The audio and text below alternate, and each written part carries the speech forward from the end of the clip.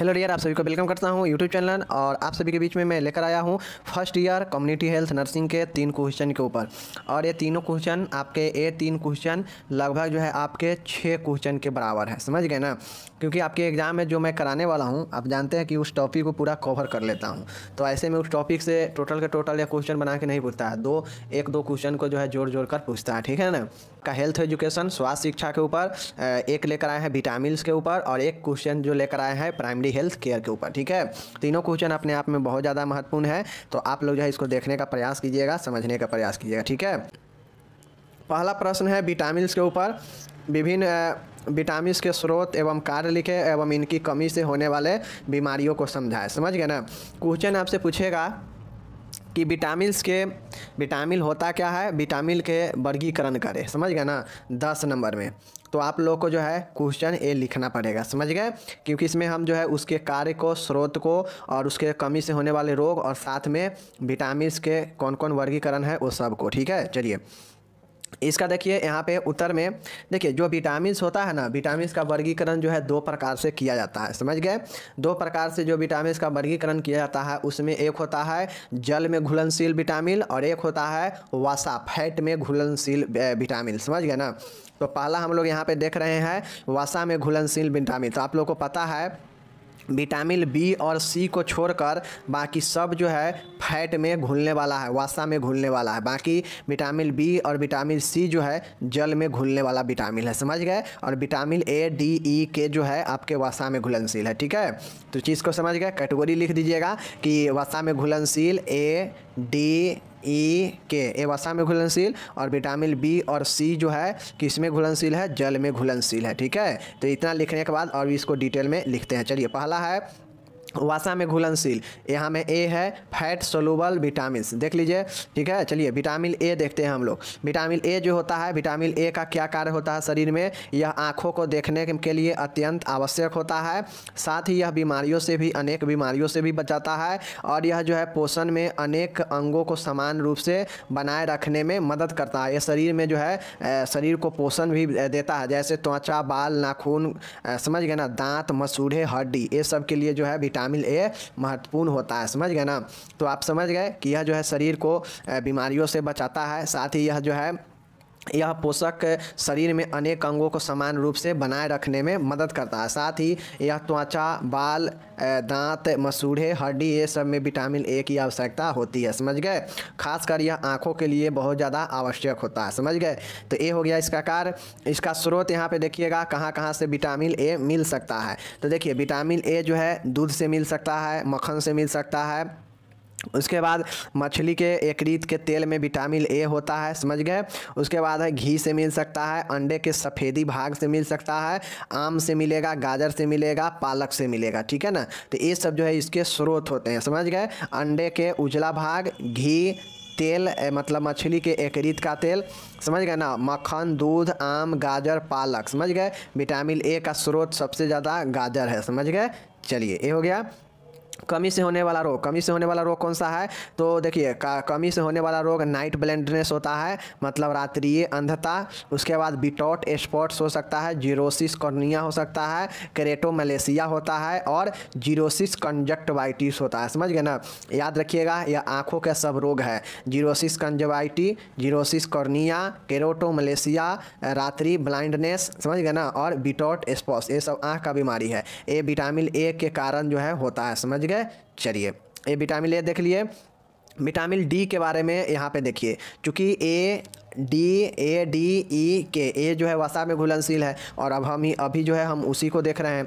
Vitamin D है, देख लिए विटामिन डी का क्या कार्य होता है। विटामिन डी का कार्य होता है कि यह हड्डियों को जो है, विटामिन डी केवल हड्डियों के लिए ज़रूरी है, ठीक है ना।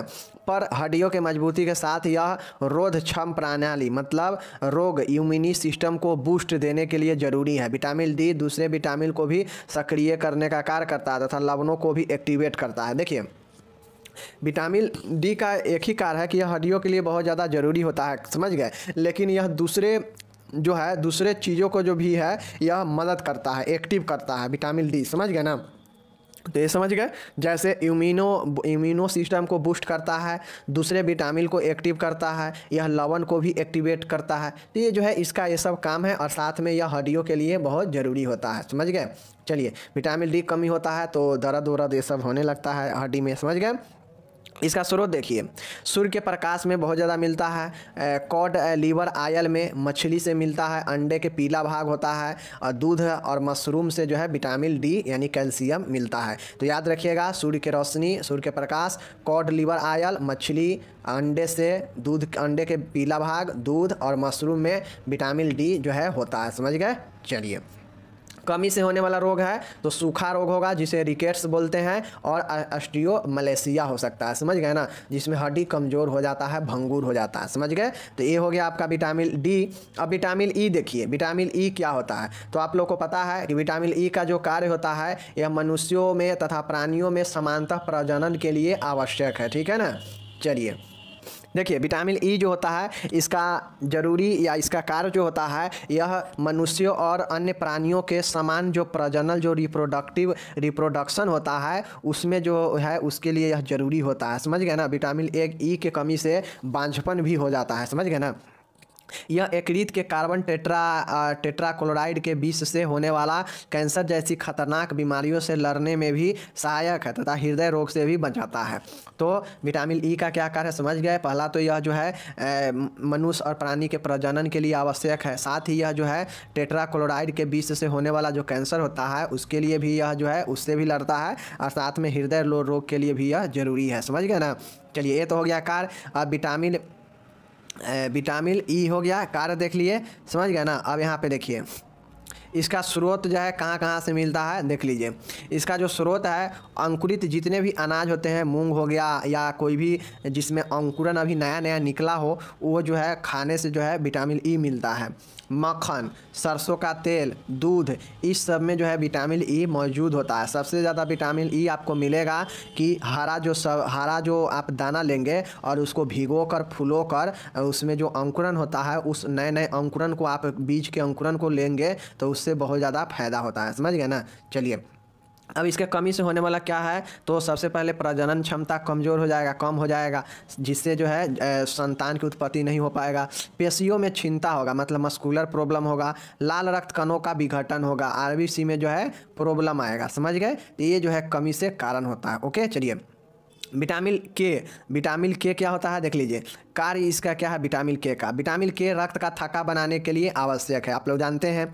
यह विटामिन के अधिक मात्रा में लिया जाए तो प्रोथ्रोम्बिन का स्तर बढ़ जाता है, और कम लिया जाए तो कम हो जाता है। अगर आप विटामिन के वाले भोजन का स्रोत अगर ज़्यादा करेंगे या ज़्यादा स्रोत लेंगे विटामिन के का, तो प्रोथ्रोम्बिन बढ़ सकता है। अगर ये कम हो जाएगा तो प्रोथ्रोम्बिन घट जाएगा। समझ गए ना, जो कि सब रक्त के थक्का के लिए आवश्यक होता है विटामिन के। समझ गए। चलिए, कहाँ कहाँ से विटामिन के मिलेगा, तो हरी पत्तेदार सब्जियाँ लीजिए, अंकुरित गेहूँ लीजिए, सोयाबीन लीजिए, फूल गोभी लीजिए, गेहूँ लीजिए, गेहूँ की भूसी। समझ गए ना। तो ये सब जो है विटामिन आपके के लिए आवश्यक है, जो ब्लड को गाढ़ा थक्का बनाने में मदद करता है। समझ गए। चलिए, कमी से होने वाला रोग, तो कमी से होने वाला रोग प्रोथ्रोम्बिन की कमी होना है। प्रोथ्रोम्बिन की कमी होगा तो आपका जो रक्त है वो थक्का नहीं बन पाएगा। समझ गए। चलिए, अब यहाँ पे हम लोग अब चलते हैं बी में। ए डी ई के देख लिए, जल में घुलनशील, वसा में घुलनशील। अब जल में घुलनशील दो तरह के विटामिन है, एक है विटामिन बी और एक है विटामिन बी और एक है विटामिन सी।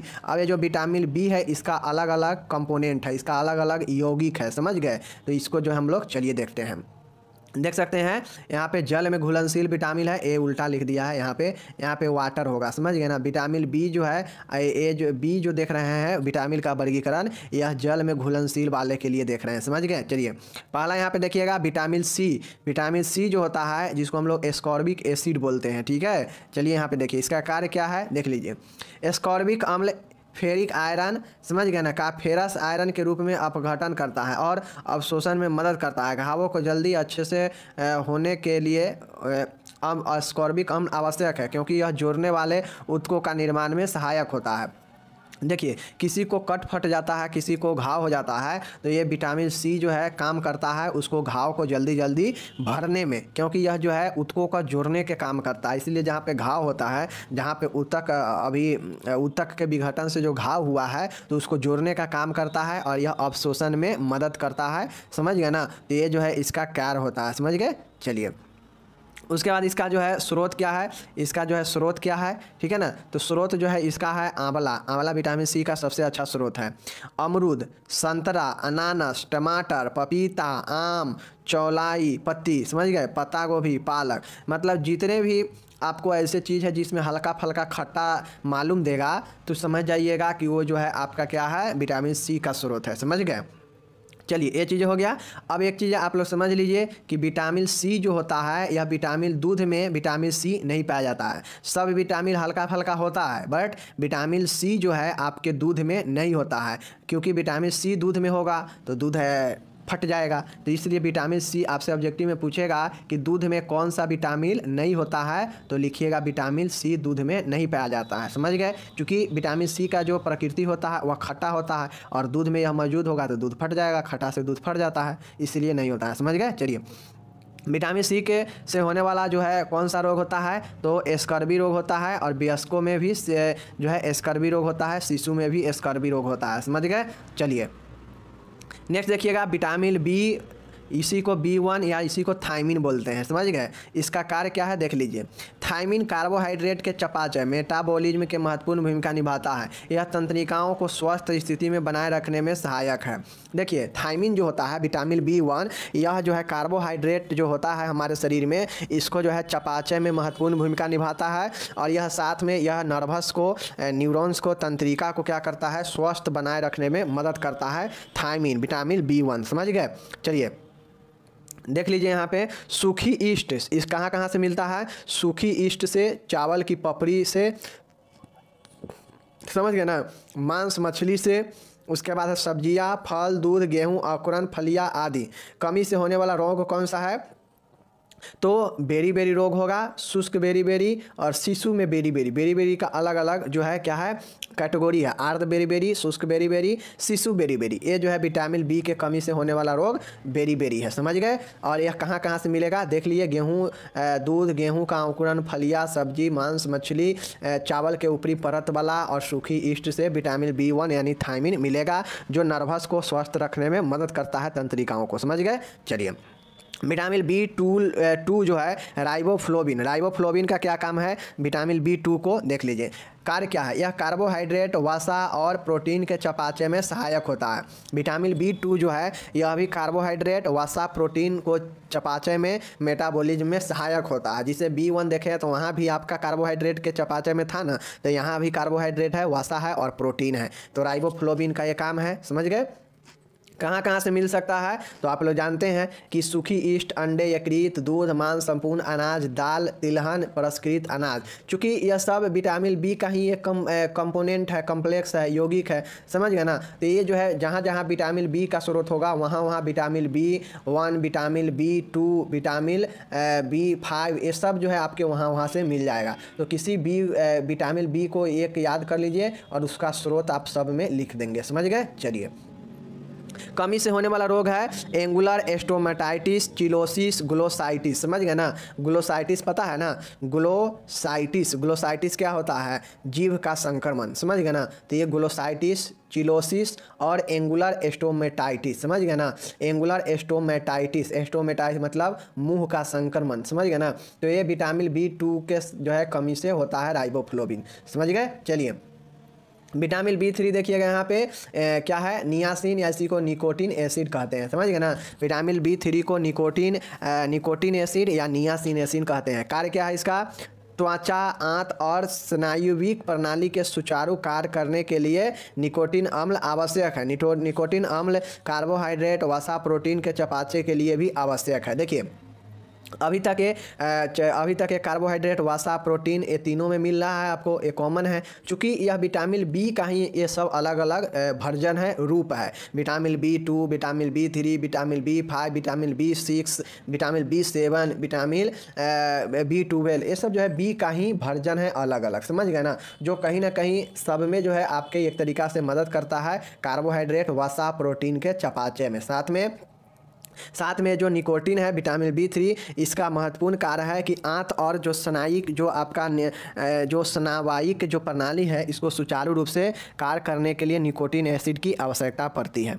इसका कहाँ से है, वही चीज़ें हैं सूखी स्टेकरी, दूध, मांस, मछली, मूंगफली, मंका, अनाज, फलिया, अंडा, फलिया, सब्जी आदि से जो है विटामिन B3 जो है मिलेगा, ठीक है ना। कमी से होने वाला रोग जो है डर्मेटाइटिस, डेमनेशिया मतलब जानते हैं ना, मनोभ्रंश, समझ गए। और डेर्मेटाइटिस मतलब चर्म रोग होगा, समझ गए। चलिए ये हो गया। अब यहाँ पे विटामिन B6 देखिए, जिसको हम लोग पायरिडॉक्सिन बोलते हैं, समझ गए। कार्य क्या है इसका, विटामिन B एमिनो अम्ल, वसा एवं कार्बोहाइड्रेट के चपाचय हेतु आवश्यक है। यह तंत्रिकाओं को समान स्थिति में बनाए रखने में सहायक है। जिस प्रकार से विटामिन B1 का आप लोग देखे हैं, B2 का, B3 का देखे हैं, उसी प्रकार से इसका भी कार्य है कि यह जो है एमिनो अम्ल, वसा, कार्बोहाइड्रेट, प्रोटीन ये सब के लिए उपापचय के लिए आवश्यक है। यह जो है तंत्रिका को जो है समान स्थिति में बनाए रखने में सहायता करता है, समझ गए चीज़ को। चलिए स्रोत क्या है, स्रोत भी वही है, सूखी स्टेकरीत, दूध, मांस, अंडा, अनाज, फलिया, सब्जी, गिरी, तिलहन आदि। मतलब ये सब विटामिन बी का ही अलग अलग वर्जन है, अलग अलग कैटेगरी है। तो सब में जहाँ से विटामिन बी मिलेगा वहाँ से जो है सब विटामिन 1, 2, 3, 5 सब मिलेगा, समझ गए ना। तो किसी एक को याद रखिएगा, आपको काम में आ जाएगा, ठीक है। भले ही होने से अलग अलग बीमारी होता है, तो ये चीज़ें हैं। कमी से होने वाला रोग, आँख, नाक, मुँह के आसपास घाव बनना, ठीक है ना। विटामिन B6 पायरिडॉक्सिन की कमी होगा तो आपके मुंह के आसपास जो है, आँख के आसपास, नाक के आसपास, मुंह के आसपास घाव होने लगेगा, ठीक है। चलिए नेक्स्ट देखिए, फॉलिक एसिड है। फॉलिक एसिड का क्या कार्य होता है, चलिए हम लोग देखते हैं। देखिए यह लाल रक्त कणों की परिपक्वता के लिए आवश्यक है एवं अस्थि मज्जा में रक्त निर्माण में सहायक है, समझ गए ना। मतलब फॉलिक एसिड का कार्य है कि यह लाल रक्त कणों को मैच्योर करने के लिए आवश्यक होता है और अस्थि मज्जा में जो रक्त का निर्माण होता है उसमें यह सहायता करता है। इसका स्रोत क्या है, जई का आटा, सूखी मक्का, बाजरा, गेहूँ का चना, ज्वार, पालक, आलू, सोयाबीन, चौलाई, सूखी ईस्ट, दूध पत्ता, गोभी, टमाटर, मूंगफली, ये सब जो है आपके किसका स्रोत है, विटामिन फॉलिक एसिड का जो है आपका स्रोत है, जो क्या करता है शरीर में बोन मैरो के लिए आवश्यक है और साथ में जो है बोन मैरो के लिए आवश्यक है और साथ में एमिनो एसिड ये सब के उपापचय के लिए भी आवश्यक है। ओके चलिए ये हो गया आपका विटामिन B5। देखिए यहाँ पर विटामिन B5 पेंटाथोनिक एसिड का कार्य क्या है देख लीजिए, यह ऑक्सीकरण में सहायक होता है, समझ गए ना। कोलेस्ट्रॉल का जैव संश्लेषण करता है, वह वसीय अम्लों के संश्लेषण एवं ऑक्सीकरण में सहायक है। देखिए विटामिन B5 पेंटाथोनिक जो एसिड है ना, पेंटोथोइक जो एसिड होता है, इसका काम है कि शरीर में कोलेस्ट्रॉल को नियंत्रित करता है, शरीर में कोलेस्ट्रॉल को बढ़ने से रोकता है, क्योंकि शरीर में कोलेस्ट्रॉल के मात्रा बढ़ेगा तो हृदय रोग बहुत जल्दी अटैक करेगा, समझ गए ना। तो इसलिए कोलेस्ट्रॉल का संश्लेषण करता है और उसका ऑक्सीकरण करता है, समझ गए। चलिए नेक्स्ट देखिए ये कहाँ से मिलता है, वही चीज़ें है एकरीत, अनाज, ईस्ट, सूखी मांस, मछली, फलिया, सब्जी, तिलहन, गिजी, समझ गए ना, गिरी, ये सबसे जो है आपका विटामिन B5 मिलता है पेंटाथोनिक एसिड, समझ गए। चलिए कमी से होने वाला रोग, पैरों में जलन होना। अगर आपको विटामिन B5 का कमी होगा पेंटाथोनिक का तो पैरों में जलन होगा, समझ गए। चलिए विटामिन B7 देखिए, बायोटिन क्या होता है, चलिए जो है हम लोग यहाँ पे देखते हैं, देख लीजिए विटामिन B7 कार्य क्या है। विटामिन B7 कार्बोहाइड्रेट एवं वसा के उपापचय में सहायक है। देखिए सब में एक चीज़ कॉमन आ रहा है, विटामिन B वाला जितना भी हम लोग यौगिक देख रहे हैं सब में जो है वसा, प्रोटीन और कार्बोहाइड्रेट के उपापचय में सहायक होता है, सब में आ रहा है। साथ में तंत्रिका भी कॉमन आ रहा है सभी में कि यह तंत्रिकाओं को समान स्थिति में बनाए रखता है, समझ गए ना। और यहाँ पे त्वचा के लिए भी यह आवश्यक होता है, विटामिन B जो होता है त्वचा के लिए भी आवश्यक होता है, समझ गए। एवं बायोटिन प्रायोगिक प्रक्रियाओं में समानता गर्भधारण और दूध स्रावन के लिए आवश्यक है। और जो बायोटिन होता है B7 यह जो है दूध उत्पादन, दूध स्रावन और समान गर्भधारण के लिए भी जो है यह आवश्यक होता है, समझ गए। चलिए, ये कहाँ कहाँ से मिलता है? मिलने का स्रोत वही है, सब लोग जानते हैं। ठीक है, 9वां देखिएगा, विटामिन बी का जो है लास्ट यहाँ पे आपका स्रोत है विटामिन B12। विटामिन B12 लाल रक्त कणों के परिपक्वता में सहायता करता है। देखिए, किसी को अगर शरीर में ब्लड का कमी होता है और उसके शरीर में जो है बहुत ज़्यादा कमजोरी होता है, तो उसे जो है ये साइनोकोबालामिन विटामिन B12 जो है उसको B12 का गोली दिया जाता है, फॉलिक एसिड का गोली दिया जाता है। ये सब क्या करता है कि लाल रक्त कणों में जो है वृद्धि करता है और उसे बनाता है। ठीक है ना, यह मज्जा तंतुओं पर मतलब यह मैरो में बोन मैरो जो है वहाँ पे अपना रिएक्शन करता है और सफ़ेद रक्त कोशिका WBC तथा रक्त कणिकाएँ बनाने में सहायता करता है। B12 का क्या काम है कि यह WBC का बनाएगा और साथ में रक्त कणिकाएँ ब्लड कार्पसल्स में जो है सहायता करता है विटामिन B12। यानी B12 जो काम होता है यह ब्लड में बहुत ज़्यादा मदद करता है आपको शरीर में क्रिएट करने में। ठीक है ना, इसका स्रोत क्या क्या है? यकृत, मांस, मछली, अंडा, गाय का दूध, भैंस का दूध, ये सब जो है आपका विटामिन B12 का बहुत ही अच्छा स्रोत है। समझ गए? कमी से होने वाला रोग एनीमिया, किसी को अगर विटामिन B12 होता है तो उसमें जो है साइनोकोबालामिन से जो है कमी से होने वाला रोग एनीमिया होता है। समझ गए? चलिए, तो देखिए विभिन्न प्रकार के हम लोग यहाँ से क्या क्या देख लिए, विभिन्न विटामिन के काम देख लिए, विभिन्न विटामिन का कमी से होने वाला रोग देख लिए, वर्गीकरण भी देख लिए। तो विटामिन से संबंधित अगर कोई क्वेश्चन पूछेगा 5 या 10 में तो आप लोग यहाँ से लिख दीजिएगा। जिनको अगर समझ में कम आया हो तो एक बार पुनः जो है विटामिन को अच्छे से देख लीजिए। ठीक है, चलिए नेक्स्ट क्वेश्चन यहाँ पे देखिएगा, स्वास्थ्य शिक्षा क्या है? स्वास्थ्य शिक्षा के सिद्धांत लिखिए। क्वेश्चन क्या है कि हेल्थ एजुकेशन क्या होता है? Right the principle of health education. देखिए सबसे पहले जानिए क्वेश्चन में आपको कभी भी जो है कंफ्यूज नहीं होना है। यहाँ हम लोग पढ़ रहे हैं स्वास्थ्य शिक्षा के बारे में, मतलब स्वास्थ्य के लिए शिक्षा।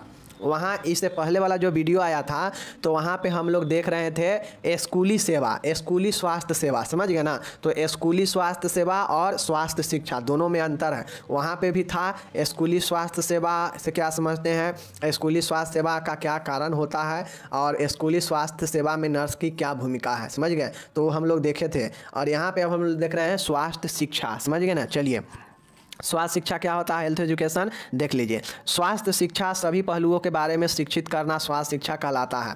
समझ गए? स्वास्थ्य शिक्षा द्वारा मनुष्य के लोगों को शिक्षित कर उनकी जीवन शैली को बदला जा सकता है। समझ गए? स्वास्थ्य शिक्षा वह प्रक्रिया जिसमें समुदाय में रहने वाला व्यक्ति तथा परिवार ऐसा व्यवहार सीखते हैं जो उनके स्वास्थ्य के लिए हितकार होता है। ठीक है ना? स्वास्थ्य शिक्षा क्या होता है? तो देखिए स्वास्थ्य शिक्षा जो होता है ना वह स्वास्थ्य के सभी पहलुओं के बारे में शिक्षित करना ही स्वास्थ्य शिक्षा कहलाता है। यह किसके द्वारा शिक्षित किया जाता है? तो जो नर्स होती है कम्युनिटी में, समुदाय में, उनके द्वारा लोगों के बीच में, लोगों के परिवारों के बीच में जो है स्वास्थ्य के हर एक पहलुओं के बारे में जो जानकारी दिया जाता है, जो बताया जाता है, वही एक प्रकार से क्या है? शिक्षा है। विभिन्न कार्यक्रमों के थ्रू, विभिन्न प्रचार प्रसार के थ्रू जो है स्वास्थ्य शिक्षा दिया जाता है। आप लोग देखते हैं कि सरकार जो है विभिन्न वायरल इन्फेक्शन, वायरल बीमारियों के बारे में समय समय पर कार्यक्रमों के माध्यम से जो है लोगों के बीच में प्रचार प्रसार करवाती रहती है सरकार। क्यों? क्योंकि लोगों को जो है इस स्वास्थ्य के बारे में नॉलेज मिले, स्वास्थ्य के बारे में शिक्षा मिले। समझ गया ना? तो यही जो है स्वास्थ्य के हर एक पहलुओं पर शिक्षित करना लोगों को ही स्वास्थ्य शिक्षा कहलाता है। समझ गए? जो जिससे होता यह है कि समुदाय के लोग शिक्षित होकर अपने जीवन शैली को बेहतर बना सके और अपने जीवन शैली को बदल सके। ठीक है ना?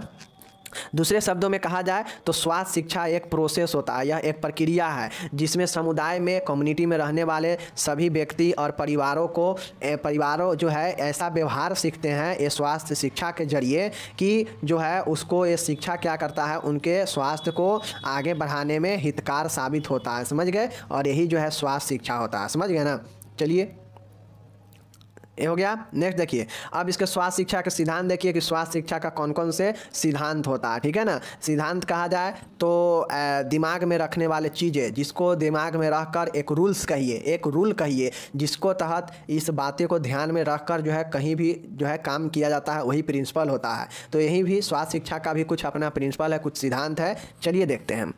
पहला सिद्धांत है सहभागिता। सहभागिता का मतलब होता है कि स्वास्थ्य शिक्षा तभी कारगर होगा जब जो है लोग, समुदाय के लोग इसमें अपना पार्टिसिपेट करेंगे, अपना सहभागिता बढ़ाएंगे, तभी जाके जो है सहभागिता से जो है लोगों में और ज़्यादा प्रचार प्रसार होगा, लोग जान पाएंगे स्वास्थ्य शिक्षा के बारे में। ठीक है ना? तो पहला सहभागिता, पार्टिसिपेशन जरूर ज़्यादा से ज़्यादा होना चाहिए समुदाय के लोगों को। समझ गए ना? चलिए दूसरा है कम्युनिकेशन। कम्युनिकेशन, स्वास्थ्य शिक्षा मतलब स्वास्थ्य शिक्षा, स्वास्थ्य के बारे में बताना, यही शिक्षा है। तो इस शिक्षा को बताने के लिए, इफेक्टिव बनाने के लिए आपको एक चीज़ सबसे पहले ये भी ध्यान में रखना पड़ेगा कि इसमें कम्युनिकेशन, इसमें संप्रेषण जो है, कौशल जो हो, बात विचार जो हो वह इतना आसान हो, इतना स्पष्ट हो कि आपके बातों को आपके समुदाय के लोग अच्छे से समझ सके और उस बातें को फॉलो कर सके। समझ गए ना। तो एक कम्युनिकेशन होना बहुत ही बेहतर ज़रूरी होता है, और यह कम्युनिकेशन होता है तो लोगों के बीच में जो है क्या होता है, कोई भी डाउट, कोई भी चीज़ें क्लियर करने में मदद करता है। तो संप्रेषण बहुत ज़्यादा ज़रूरी है स्वास्थ्य शिक्षा में, ठीक है ना।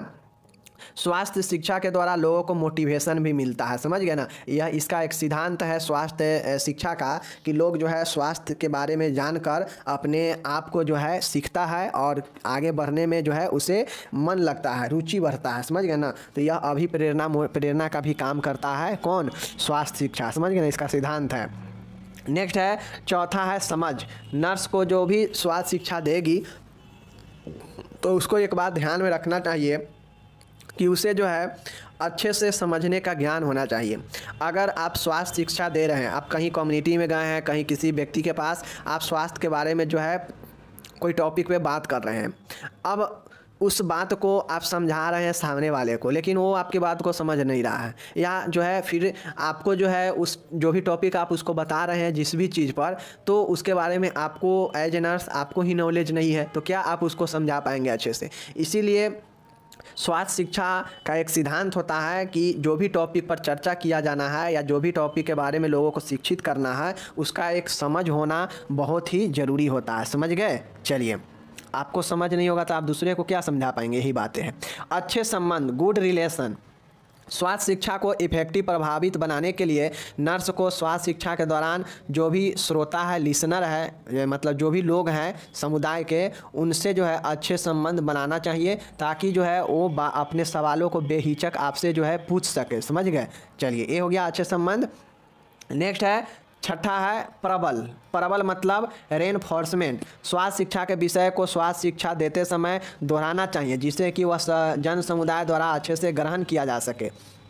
छठा पॉइंट है प्रबल, मतलब जो स्वास्थ्य शिक्षा होना चाहिए वह प्रबल होना चाहिए। प्रबल मतलब कहा जाए तो वह बहुत ही ज़्यादा प्रभावी होना चाहिए, क्योंकि प्रबल आप कैसे किसी भी चीज़ में लाएंगे तो एक चीज़ को बार बार आप दोहराएंगे तो वह जो है बहुत ज़्यादा प्रभाव डालता है। तो यही जो है प्रबल भी जो है वही होता है। समझ गए ना।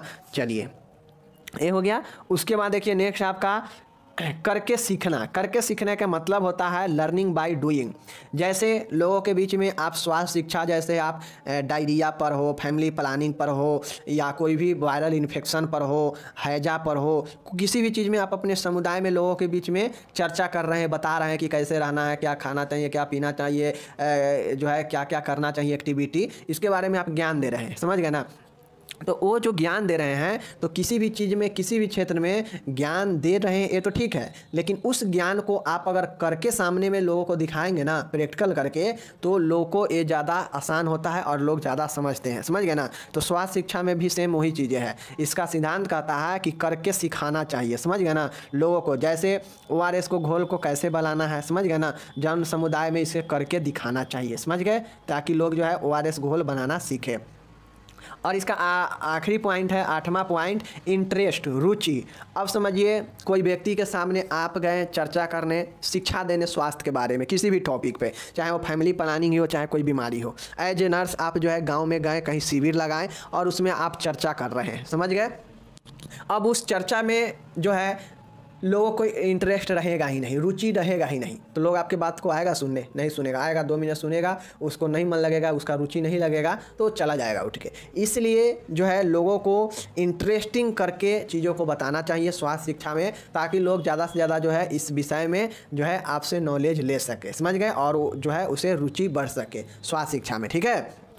तो इन सारे चीज़ों, जितना पॉइंट हमने बताया है 8 पॉइंट, इसको आपको ध्यान में रखना है और इसमें 2-2 3-3 लाइनें लिखते जाना है। ठीक है। चलिए, अब यहाँ पे एक चीज़ आप लोग देखिए, सामुदायिक स्वास्थ्य में प्रयोग की जाने वाली स्वास्थ्य शिक्षा विधि को बारे में बताइए। एक तो क्वेश्चन पूछेगा कि स्वास्थ्य शिक्षा क्या होता है, इसके सिद्धांत को लिखे, ठीक है ना। एक क्वेश्चन आपसे ये भी पूछ देगा कि सामुदायिक स्वास्थ्य में स्वास्थ्य शिक्षा के विभिन्न विधियों को बताइए, मतलब कौन कौन से ऐसा विधि है जिसके द्वारा स्वास्थ्य शिक्षा दिया जा सकता है लोगों में, समझ गए ना, समुदाय में, ठीक है। तो चलिए हम लोग देखते हैं कौन कौन से ऐसे विधियाँ जिसके द्वारा स्वास्थ्य शिक्षा दिया जा सकता है, ठीक है। स्वास्थ्य शिक्षा की विधियाँ, मेथड ऑफ हेल्थ एजुकेशन, ठीक है। चलिए देखिए यहाँ पे, अब देखिए ये जो स्वास्थ्य शिक्षा है ना, इसको अलग अलग कैटेगरी में बांट दिया गया। कुल इसको 3 कैटेगरी में बांटा गया है। एक कैटेगरी है व्यक्तिगत स्तर पर, एक है आपका सामूहिक स्तर पर, और एक है आपका जन समूह स्तर पर, समझ गए ना। तो ये तीनों स्तर आपको याद रखना पड़ेगा।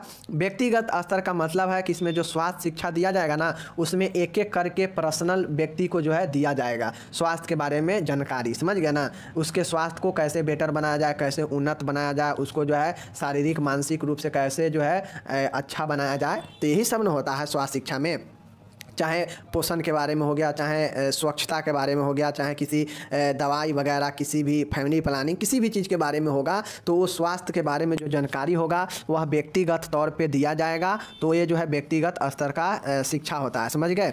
पहला है, इस व्यक्तिगत स्तर में जो है एक के पॉइंट आता है, वो है गृह मुलाकात। गृह मुलाकात जो होता है ना, तो इसमें घर घर जाकर सामुदायिक स्वास्थ्य नर्स के द्वारा, कम्युनिटी हेल्थ नर्स के द्वारा घर घर जाके लोगों के उसके व्यक्तिगत स्वच्छता के बारे में, व्यक्तिगत स्वास्थ्य के बारे में जानकारी लेती है और उसके समस्याओं को पता लगाती है और उसको जो है समस्या का समाधान बताती है, समझ गए। तो यह जो है पर्सनल कब हो पाता है, जब घर घर जाकर विजिट करती है, तो ही यह जो है व्यक्तिगत स्तर पर हो पाता है शिक्षा, समझ गए ना, विधि। तो पहला विधि हो गया, और पहला विधि में एक ही है। दूसरा है सामूहिक स्तर। अब सामूहिक स्तर का मतलब होता है कि जैसे हम एज ए नर्स हैं और हमारे साथ 2-4 टीमें हैं मेडिकल से, समझ गए। अब वो किसी गांव में गया और किसी गांव में जो है शिविर डाल दिया, शिविर लगा दिया कि आज जो है मोतियाबिंद का ऑपरेशन किया जाएगा, या किसी चीज़ के बारे, परिवार नियोजन के बारे में कुछ कोई भी टॉपिक के ऊपर जो है जाकर शिविर लगा देगा, और 3-4 मेडिकल हेल्थ टीम होता है वहाँ पे, और वो जो है पेशेंट जहाँ आता है तो उसको जो है चेकअप करता है, समझ गए ना। स्कूल वगैरह या सामुदायिक स्वास्थ्य में ये सब शिविर गाँव में लगता रहता है, समझ गए। तो ये जो होता है, तो यह सामूहिक स्तर वाला जो होता है ना, तो इसमें सामूहिक स्तर पर लोगों को स्वास्थ्य के बारे में जानकारियाँ दिया जाता है, समूह में, लोगों को समूह में। जैसे यहाँ पे जो विषय होता है वह सबके लिए समान होता है, समझ गए ना। जैसे 10 व्यक्ति है, तो 10 व्यक्ति को क्या किया जाता है कि उसी 10 व्यक्ति को किसी एक चीज़ पर, टॉपिक पर चुन लिया। अब उस टॉपिक को, जैसे फैमिली प्लानिंग है, फैमिली प्लानिंग का क्या लाभ है, क्या इससे क्या होता है, आगे फैमिली प्लानिंग करने से क्या बेनिफिट सरकार दे सकती है। तो मतलब फैमिली प्लानिंग पर जो अगर दिया जाना है, तो उसमें 10 ऐसे व्यक्ति को चुनेंगे, मतलब 100 व्यक्ति आया है, समझ गए। उस 100 व्यक्ति में मान गए ऐसे ऐसे व्यक्ति को चुनेंगे जो फैमिली प्लानिंग वाला हो, जो परिवार नियोजन से रिलेटेड उसका प्रॉब्लम हो। तो ऐसे व्यक्ति को चुनकर एक समूह बना लेंगे, और उस समूह को जो है किसी एक मेडिकल टीम, एक मेडिकल स्टाफ को हैंडल में दे देंगे कि लीजिए आप ये फैमिली प्लानिंग पर अच्छे से समझाइए लोगों को, समझ गए। तो ये जो है ग्रुप होता है कि एक ग्रुप बना के, और उस कैटेगरी के हिसाब से जो है सब्जेक्ट विषय को चुन के एक स्टाफ को दे दिया जाता है कि लीजिए आप इस पर जो है स्वास्थ्य के बारे में बताइए, स्वास्थ्य के बारे में हर एक पहलुओं पर चर्चा कीजिए, और अगर लोगों को कोई डाउट हो तो उनसे बेहिचक सवाल जवाब करने को मौका भी दीजिए। तो ये जो है सामूहिक स्तर पर यही होता है, समझ गए। चलिए देख सकते हैं, देखिए सामूहिक स्तर पर स्वास्थ्य शिक्षा समान आवश्यकता वाले व्यक्तियों को एकत्र कर दी जाती है। मैंने क्या बताया कि अगर मान गए 50 व्यक्ति आया है आपके शिविर में, उसमें से 10 ऐसे व्यक्ति हैं जो परिवार नियोजन से रिलेटेड है, तो उस 10 व्यक्ति को एक समूह बना लिया जाएगा, और इस 10 व्यक्ति को जो है एक मेडिकल स्टाफ को दे दिया जाएगा, और कहेगा कि आप जो है इस 10 व्यक्ति को जो है एक बार में जो है इसे फैमिली प्लानिंग के बारे में अच्छे से बता दीजिए, और अगर कोई डाउट हो, कुछ भी हो, तो बेहिचक पूछने के लिए भी कहेंगे, समझ गए ना। तो इससे क्या समझे कि ये 10 व्यक्ति का समूह हो गया, तो यह समूह पर जो है समान, और 10 का जो है समान ही क्वेश्चन है, समान ही विषय है, तो इसीलिए जो है ये प्रभावी होता है, समझ गए। जैसे टीकाकरण, गर्भ निरोधक, परिवार नियोजन, ठीक है ना, उसके बाद हो गया आहार, ये सब के बारे में दिया जाता है, ठीक है। स्वास्थ्य शिक्षा के क्रियान्वयन हेतु उपयुक्त विधि का उपयोग किया जाता है, समझ गए। चलिए देखिए, पहला यहाँ पे देखिएगा प्रदर्शन है, डिमोन्स्ट्रेशन है। प्रदर्शन के मतलब होता है प्रदर्शन के मतलब होता है कि क्रमबद्ध तरीके से लोगों के बीच में चीज़ों को बताना, समझ गए ना। इस विधि के अंतर्गत जो होता है शिक्षा, स्वास्थ्य शिक्षा को, विषय को श्रोताओं मतलब लोगों के बीच में सामने में जो है सीरियली क्रमबद्ध तरीके से प्रदर्शन करके मतलब करके जो है दिखाया जाता है कि यह काम कैसे होता है, कैसे करना चाहिए, समझ गए। जैसे मिर्गी के मरीज को समझ गए, मिर्गी के मरीज को मिर्गी के दौरान सुरक्षा कैसे करेंगे, स्तनपान कराने का सही विधि क्या है, बुखार के दौरान मरीज को ठंडे पानी की पट्टी रखना कैसे, ORS का घोल कैसे तैयार करना। तो ये प्रदर्शन के माध्यम से लोगों के समूहों के बीच में दिखाया जाता है, इसलिए यह जो है प्रदर्शन डेमोन्स्ट्रेशन जो है पहला विधि है समूह स्तर पर, समझ गए। दूसरा है लेक्चर विधि है। लेक्चर विधि का मतलब होता है कि इसमें जो है मान गए, लेक्चर विधि का मतलब ही होता है कि लेक्चर भाषण देना, समझ गए ना। जैसे इसमें मान गए इसमें जैसे आप कहीं शिविर लगा तो 4-5 हेल्थ स्टाफ जाता है, समझ गए। तो वहाँ पे हेल्थ स्टाफ गया, उसमें से 10 व्यक्ति ऐसा है जिसको समान प्रॉब्लम है, समान विषय पर उसके जो है गाइड की ज़रूरत है। तो उस 10 व्यक्ति को एक जगह पे बैठाया जाएगा, ठीक है। और इसको 10 व्यक्ति को जो समस्या है उस समस्या का जो हेल्थ टीम में से उसको देंगे बताने के लिए, जिसको जो है अच्छे से नॉलेज होगा इस समस्या के, इस विषय के बारे में, ठीक है ना। तो उसको हम दे देंगे और कहेंगे कि आप जाइए इस 10 आदमी को इनके समस्या के अनुसार इनको अच्छे से जो है इनका विषयों पर चर्चा करें और इनका डाउट क्लियर करें, ठीक है ना, हेल्थ के बारे में। तो इसमें होता यह है कि लेक्चर विधि में एक तो विशेष लोग होते ही हैं चर्चा करने के लिए, साथ ही चर्चा के बाद जो है लास्ट में कुछ समय दिया जाता है सामने वाले श्रोता को कि आप, मैं जो लेक्चर दिया हूँ इसमें से कोई भी डाउट है तो आप इसमें पूछ सकते हैं। तो ये जो है दिया जाता है लेक्चर विधि में, यही लेक्चर विधि होता है, समझ गए। चलिए तीसरा यहाँ पे देखिएगा समूह चर्चा है। समूह चर्चा का मतलब होता है कि समूह चर्चा में द्विपक्षीय संप्रेषण होता है। इसमें सभी सदस्य आपस में किसी एक विषय पर चर्चा करते हैं तथा इनमें एक लीडर होता है, समझ गए।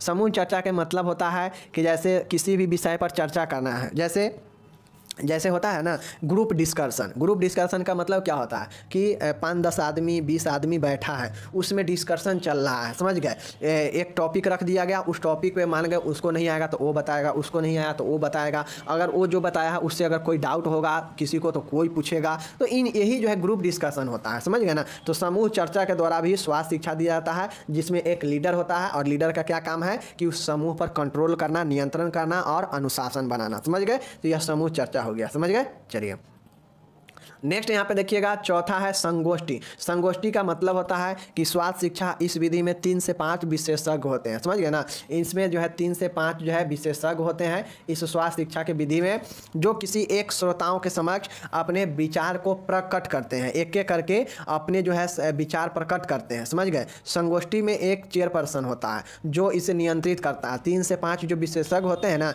इसमें एक चेयरपर्सन होता है जो इस सबको नियंत्रित करता है, समझ गए।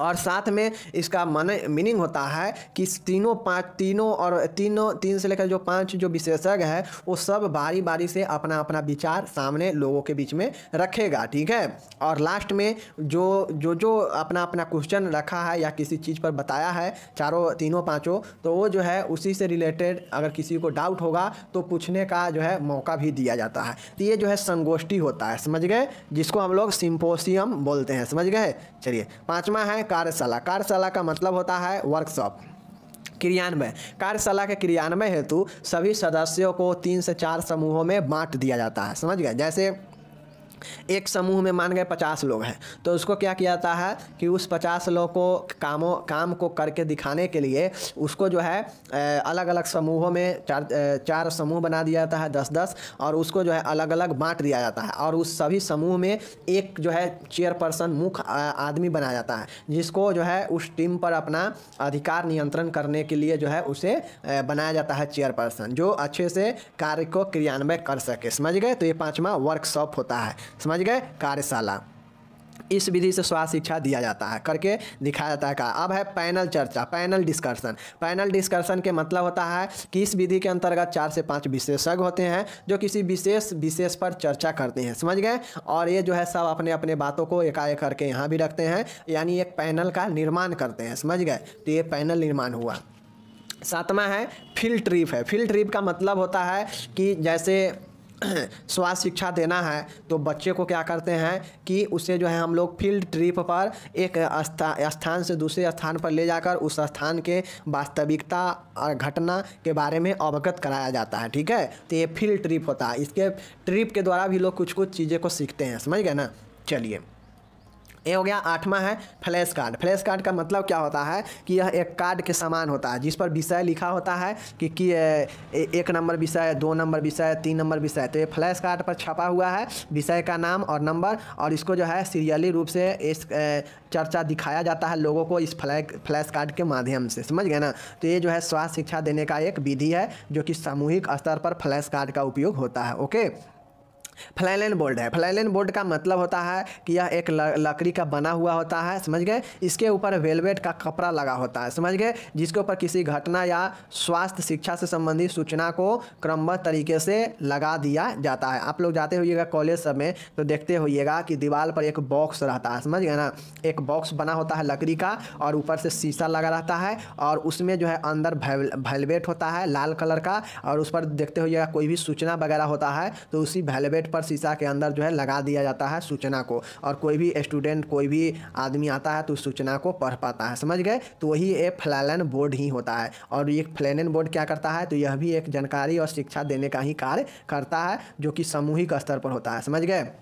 ये हो गया आपका। तो कुल 9 पॉइंट हो गया यहाँ पे सामूहिक स्तर पर। अब हम लोग जन साधारण स्तर पर देख रहे हैं। स्वास्थ्य शिक्षा इस विधि द्वारा बड़े समूह में लोगों को स्वास्थ्य शिक्षा प्रदान की जा सकती है। इसके लिए निम्न साधनों का उपयोग किया जाता है। देखिए, अब ये जन साधारण स्तर है, मतलब कि यह विस्तृत होता है। इसमें बैठे बैठे जो है बहुत सारे काफ़ी लोगों को जानकारी देना है, बहुत सारे काफ़ी लोगों को जो है कोई भी चीज़ों के बारे में शिक्षा देना है, बताना है। जैसे सरकार अचानक जो है घोषणा किया कि ये बीमारी काफ़ी तेज़ी से फैल रहा है, लोगों को जो है इससे बचने की आवश्यकता है, ये चीज़ें करने की आवश्यकता है, एडवाइजरी जारी हुआ। तो क्या करता है कि अखबार के माध्यम से बता दिया जाता है लोगों को, जिससे होता है कि उसी अखबार के माध्यम से जो है बहुत सारे लोग जो है जान जाते हैं, समझ गए ना। तो इसमें कोई 10, 20, 50, 100 व्यक्तियों का ज़रूरत नहीं होता है कि पेपर में छपा और लाखों लाखों आदमी जो है देख लेता है पेपर के माध्यम से। तो यह जन साधारण स्तर होता है जिसमें लोगों के विभिन्न स्तरों पर लोग जो है जान पाते हैं स्वास्थ्य के बारे में, समझ गए।